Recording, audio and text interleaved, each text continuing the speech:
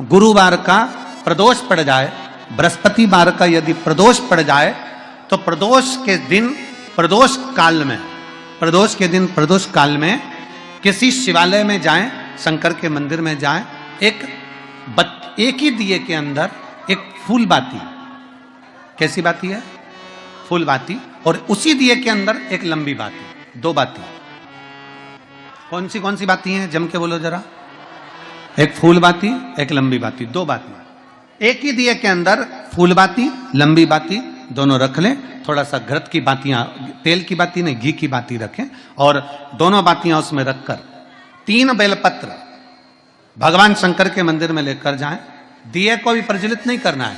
पहली बेलपत्र नंदीश्वर की, जो ऊपर का भाग होता है जिसको हम शिव तत्व भाग कहते हैं, नंदी के पीठ पर एक भाग होता है जिसको शिव तत्व भाग कहा जाता है, वो नंदी की पीठ पर जो भाग है वहां पर एक बेलपत्र समर्पित करें। दूसरा बेलपत्र आप जो माता पार्वती जी का, जैसे ये शिवलिंग है और ये गोल भाग है, ये माता पार्वती जी का हस्तकमल है, तो माता पार्वती जी का जो हस्तकमल है, इस हस्तकमल पर कहीं पर भी एक बेलपत्र आप समर्पित कर दें। और तीसरे नंबर की जो बेलपत्र है वह भगवान शंकर पर समर्पित कर दें।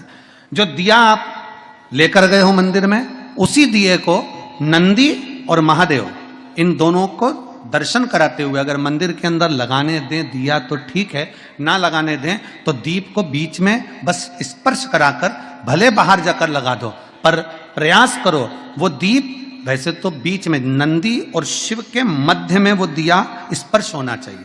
जैसे ये नंदी है और ये शिव है, तो इसके मध्य में दीप स्पर्श कर ले, भले उसको जलाने ना दे, पर स्पर्श मात्र कर कर अगर आपने एकांत में कहीं पर भी ले जाकर लगा दिया, उस दीप को जला दिया, तो गया हुआ कितना भी करोड़ रुपया हो, वो धीरे धीरे कर कर गया हुआ धन हमारा वापस आता ही है।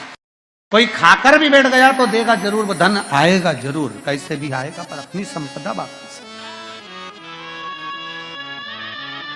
शिव तत्व की प्राप्ति है भगवान शंकर।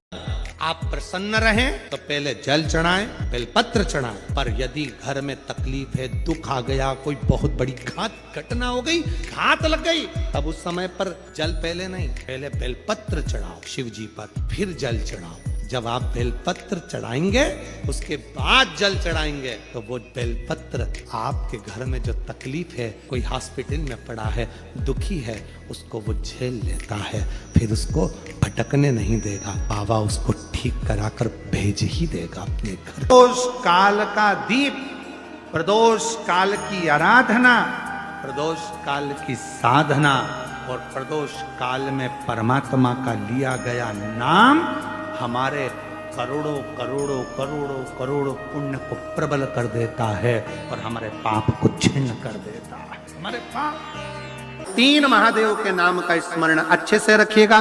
पहला कुंदकेश्वर, बड़े से बड़ा रोग हो जाए, दवाइयां डॉक्टर जो दे उसको खाओ, पर साथ में कुंदकेश्वर महादेव का नाम लीजिए, जांच भी कराइए, दवाई भी कराइए। दूसरे नंबर का शंभेश्वर महादेव।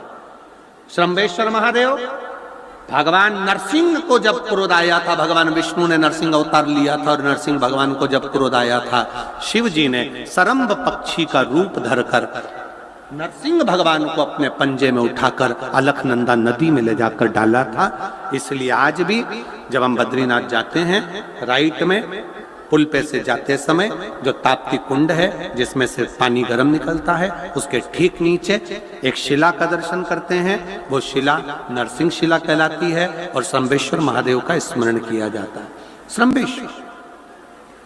शंभेश्वर महादेव क्रोध की संयमितता रखता है,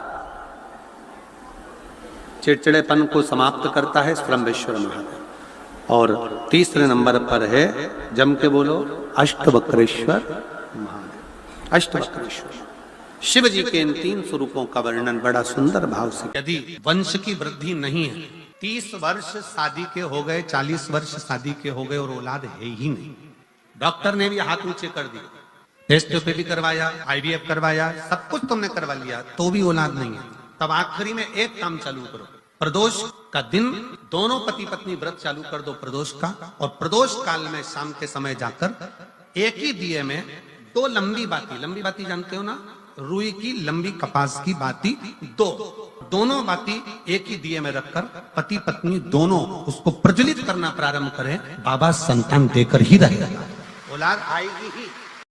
और फिर निवेदन करूंगा, बारंबार कहता हूं, आज फिर निवेदन करता हूं आप सभी से, अगर शरीर में कष्ट है, घुटने कमर में बहुत ज्यादा तकलीफ है, तो प्रदोष के दिन शंकर प्रयास करना कि प्रदोष के दिन शंकर के मंदिर की चौखट पर बैठकर, शंकर के मंदिर के द्वार पर बैठकर शंकर पर चढ़ी हुई बेलपत्र खाना चबा चबा कर और घर आकर विश्राम करना।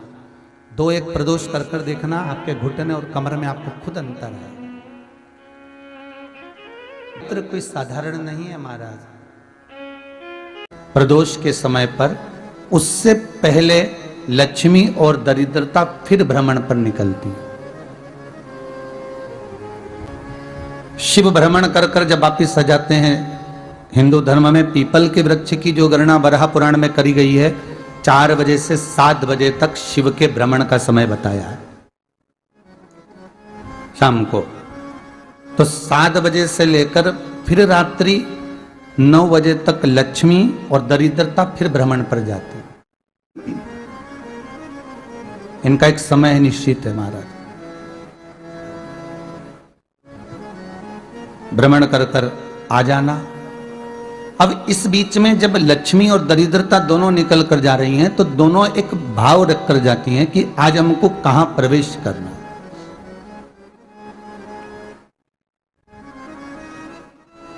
आज हमें किस जगह पर प्रवेश करना है, आज हमें कहां पहुंचना है, आज हमें किस जगह जाना है। और जिस नगर में जिस मार्ग से लक्ष्मी और दरिद्रता निकल कर जाती हैं, ये दोनों का जब निकलना होता है, इनको स्थान दिया गया जहां पर स्वच्छता हो, घर के दरवाजे पर रंगोली डली हुई हो, द्वार पर जल छीटा गया हो। महाराज उस द्वार पर लक्ष्मी प्रवेश करती है तो दरिद्रता भी जाने लगती है अंदर। जब दरिद्रता अंदर जाने लगती है तो लक्ष्मी उसको रोक देती है, पहले मैं देखकर आती हूं कि तेरे लिए स्थान है कि नहीं है, तू यहां रुक।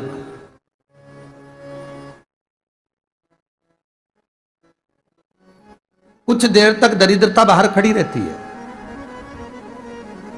और लक्ष्मी जी की बड़ी बहन जब दरिद्रता बार बार अंदर जाने का प्रयास करती है तो लक्ष्मी जी कहती हैं, जी तू इतनी बड़ी होकर तुझे मालूम है, तू तेरा सम्मान होना चाहिए, आदर होना चाहिए, और तू अंदर चली जा और कोई तेरा सम्मान ना करे तो कितना बुरा लगेगा, इसलिए तू बाहर खड़ी रहे। मैं अभी आई। अंदर जाती है और जब लक्ष्मी जी भ्रमण कर लेती हैं, अंदर प्रवेश कर कर आती हैं और प्रवेश कर कर आती हैं तो दरिद्रता पूछती है चले अंदर। तो लक्ष्मी जी कहती हैं, तुझे मालूम नहीं है क्या जी कि जिस घर में मैं प्रवेश कर जाती हूं उस घर में फिर दरिद्रता नहीं जा सकती, क्योंकि ये तेरा वचन था, ये तेरा वचन था। के साथ में हुआ और तुम्हारा विवाह जब दुस्साह मुनि के साथ हुआ, दरिद्रता का विवाह दुस्साह मुनि के साथ हुआ। जब अपना दोनों का विवाह हुआ था तो अपन दोनों ने एक वादा करा था कि जिस घर में लक्ष्मी प्रवेश कर जाएगी उस दिन फिर दरिद्रता नहीं जाएगी, और जिस घर में दरिद्रता प्रवेश कर जाएगी उस घर में फिर लक्ष्मी नहीं जाएगी। अब जब मैं अंदर देख कर आ गई हूं तो तू अंदर नहीं जा सकती, अर्थात लक्ष्मी के चरण जिस घर में पड़ गए उस घर में फिर दरिद्रता प्रवेश नहीं कर रही। चलते चलते फिर दरिद्रता ने देखा और लक्ष्मी जी इसको लेकर गई और लक्ष्मी जी ने देखा कि इसके दरवाजे पर जल नहीं छीटा गया, इसके दरवाजे पर ना रंगोली डली है, इसका द्वार साफ नहीं हुआ है,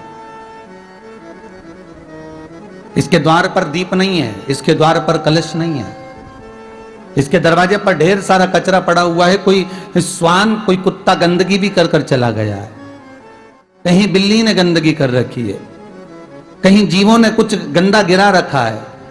तो फिर लक्ष्मी जी कहती है, जी अब मैं होकर आ गई थी ना, अब तू जा, तू होकर आ। और दरिद्रता प्रवेश करती है तो अंदर जाकर क्या देखती है दरिद्रता कि इतनी सवेरे से मैं घूमने इनके दरवाजे पर आई और ये तो सब चादर तान के चकाचक गुर्राटा भर भर कर सो रहे हैं। तो दरिद्रता कह देती है, तुम्हारा भाग्य ही बेकार है, तुम्हें क्या करूं, तुम ऐसे ही सोते रहो। और दरिद्रता गुस्से में बाहर निकल कर आती है, लक्ष्मी से कहती, लक्ष्मी तू इसके घर में जाना ही मत, तो दरिद्रता को कहती है जी जी तेरी बात नहीं मानूंगी क्या मैं?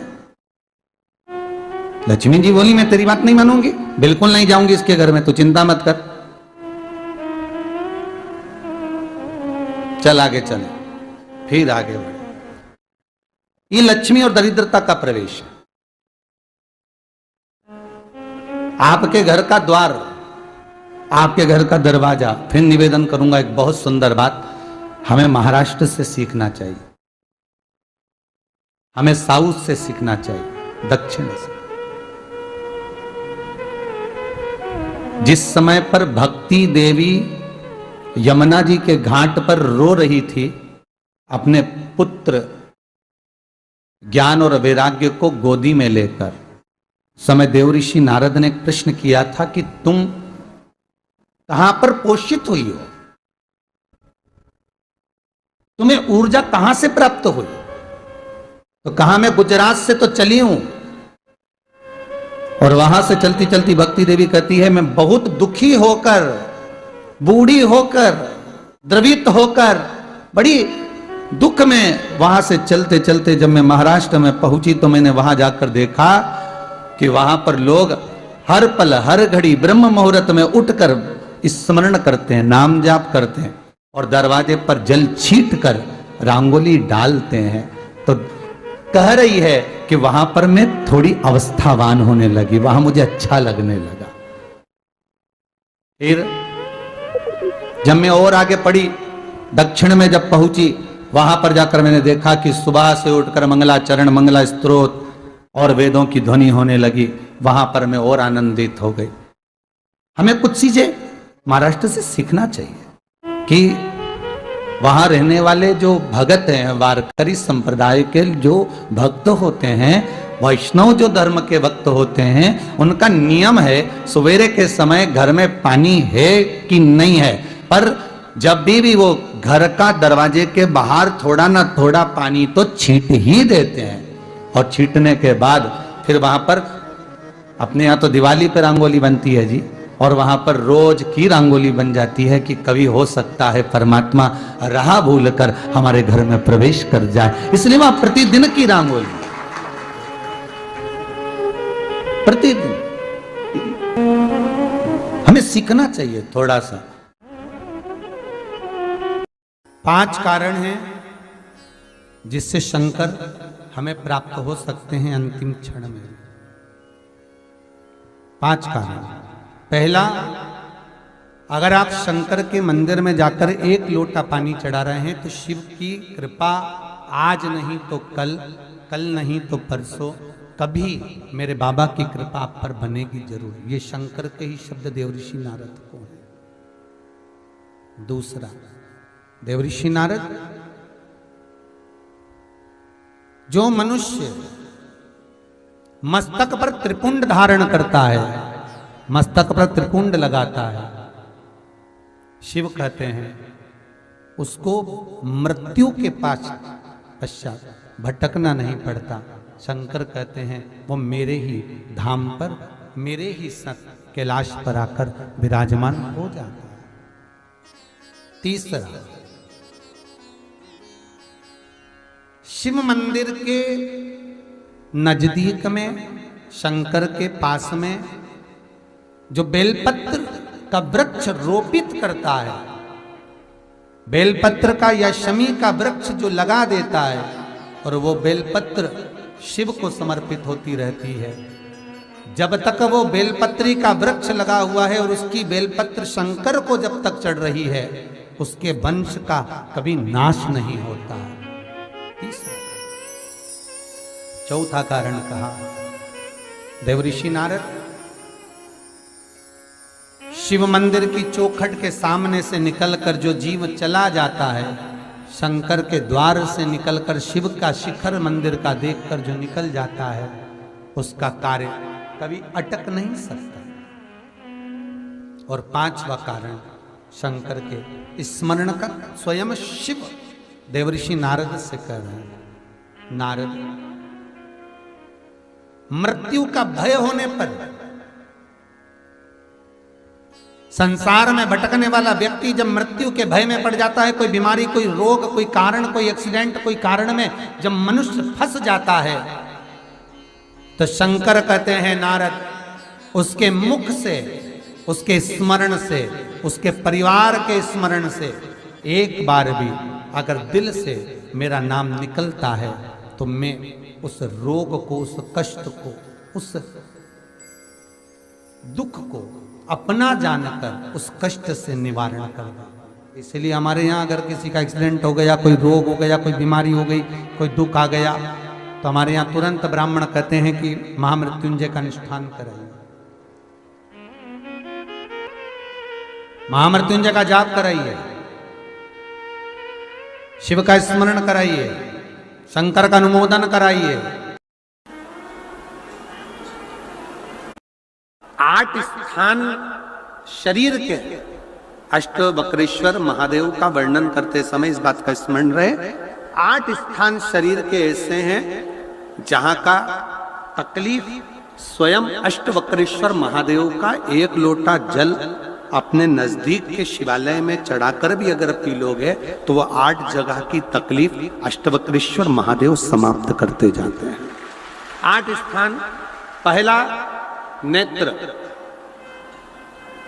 ये भुकुटी के बीच का स्थान, भुकुटी के मध्य का स्थान। मान लो ये भुकुटियां दर्द करती हैं या मध्य में दर्द होता है, उसके लिए अष्टवक्रेश्वर महादेव का जल, मतलब अपने घर के पास जो भी शिवलिंग है वहां 1 लोटा जल अष्टवक्रेश्वर के महादेव के नाम से चढ़ाकर उसका पान, भुकुटी। दूसरा कंधा, पीठ। कई लोग ऐसे हैं जो रात्रि को अच्छे से सोते हैं और सवेरे उठते हैं तो उनका ये दोनों हाथ के बीच का जो भाग होता है वो दर्द करता ही है। उस समय पर अष्टवक्रेश्वर महादेव का स्मरण, अष्टवक्रेश्वर महादेव का जल, उसका पान। तीसरा, रीढ़ की हड्डी का डॉक्टर बोल दिया कि ये गुरिया खसक गया है, 1 नंबर, 2 नंबर, 3 नंबर का यदि कोई क्रम खसक गया है तो उस स्थान के लिए भी अष्टवक्रेश्वर। आप ऑपरेशन बाद में कराना, डॉक्टर बोल दिया है आप ऑपरेशन कराओ, मना नहीं है, पर एक बार अष्टवक्रेश्वर महादेव के नाम से दुर्वा बेलपत्र चढ़ाकर, जल चढ़ाकर, सुबह में दुर्वा का सेवन, प्रदोष काल में बेलपत्र का सेवन, और रात्रि को सोने से पहले जो जल अष्टवक्रेश्वर का चढ़ाया हुआ है उसका पान करिए।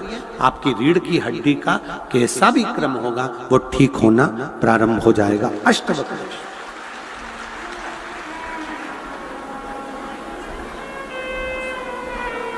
अष्टवक्रेश्वर। चौथा स्थान बताया, अगर चेस्ट में कोई तकलीफ आती है, चेस्ट में गांठ हो जाए या चेस्ट में कोई प्रॉब्लम खड़ी हो जाए तो उसके लिए भी अष्टवक्रेश्वर महादेव का स्मरण किया जाता है। 2 छोटे छोटे पात्र में जल लिया जाता है, दोनों पात्र का जल एक साथ शिव पर छोड़ा जाता है। चेस्ट के लिए दोनों पात्र का जल छोड़ा जाता है और उस जल का पान नंदी के पास बैठकर किया जाता है अष्टवक्रेश्वर नाम से।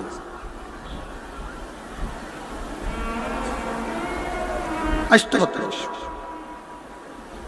फिर क्रम आया, अगला जो वर्णन आया है, डॉक्टर बोले घुटना बदलना है, घुटने का गैप आ गया है, ग्रीस खत्म हो गया है, दर्द हो रहा है, उसके लिए भी अष्टवक्रेश्वर महादेव का स्मरण करें।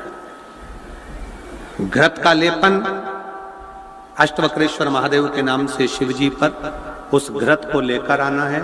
उसी घृत को रात्रि को सोने से पहले थोड़ा सा मुख में चाट कर अष्टवक्रेश्वर महादेव के नाम से फिर अष्टवक्रेश्वर। फिर अगला भाग आया अष्टवक्रेश्वर के अंतर्गत यदि इस गले से जुड़ा हुआ कोई रोग उत्पन्न होता है तो भी अष्टवक्रेश्वर का ही स्मरण किया जाए, जल का पान अष्टवक्रेश्वर। और 8वें स्थान के रूप में जो पिड़ली के घुटने से नीचे के जो भाग होते हैं उसके लिए अष्टवक्रेश्वर महादेव पर 7 दुर्वा, 7 बेलपत्र और 7 अक्षत शिव को समर्पित कर कर दुर्वा बेलपत्र का पान 7 दिन तक लगातार उसी भाव में अष्टवक्रेश्वर महादेव का नाम लेकर किया जाए। अष्टवक्रेश्वर, कभी अगर मौका लगे, शिव की करुणा हो जाए, शंकर की दया हो जाए, आप लोग कभी बद्री विशाल जाएं दर्शन करने के लिए, ऋषिकेश हरिद्वार तक जाएं, तो श्रीनगर गढ़वाल से सुंदर कोहला गांव से 10 किलोमीटर की दूरी पर 8 किलोमीटर दूर तक गाड़ी जाती है, 2 किलोमीटर दूर तक पैदल चलकर आप जहां पर बैठकर स्वयं अष्टावक्र जी ने भगवान शंकर के शिवलिंग की स्थापना कर आराधना करी, ऐसे पवित्र स्थान का दर्शन कर अपने जीवन को धन्य बना सकते हो। बोल अष्टावक्रेश्वर महादेव की। जब विषम परिस्थिति में फंसे हुए हो और ऐसा लग रहा है कि हम बहुत बड़ी समस्या में उलझे हुए हैं और इससे निकल नहीं रहा, या बहुत बड़ा काम है हमारा, हो नहीं रहा, चाहे प्रशासनिक हो चाहे अन्य कोई चीज का हो, कुछ मत करना। एकांत के शिव मंदिर में जाइए। अगर एकांत का शिव मंदिर भी नहीं मिले तो एकांत में कहीं छोटा सा मिट्टी का शिवलिंग का निर्माण करिए, पार्थिव शिवलिंग का निर्माण करिए, पर करना एकांत में, घर के बाहर किसी एकांत में शिवलिंग का निर्माण कर लो। या तो एकांतेश्वर महादेव पर चले जाओ, कोई एकांत में शिव मंदिर हो वहां, या कहीं एक पार्थिव शिवलिंग का निर्माण कर लो, छोटा सा। एक बेलपत्र, बहुत ध्यान से सुनना, एकांतेश्वर महादेव का ये वृतांत। जब किसी विषम परिस्थिति में उलझे हुए हो, बहुत बड़ी समस्या सामने आकर खड़ी हो गई है, सबके हाथ जोड़ लिए, सबसे निवेदन कर लिया कि हमारा ये काम कर दो, नहीं हो रहा, सब दूर से मेहनत कर ली है, परिश्रम कर लिया है, परिश्रम तब भी जारी रखना। एक बेलपत्र, एक चावल का दाना,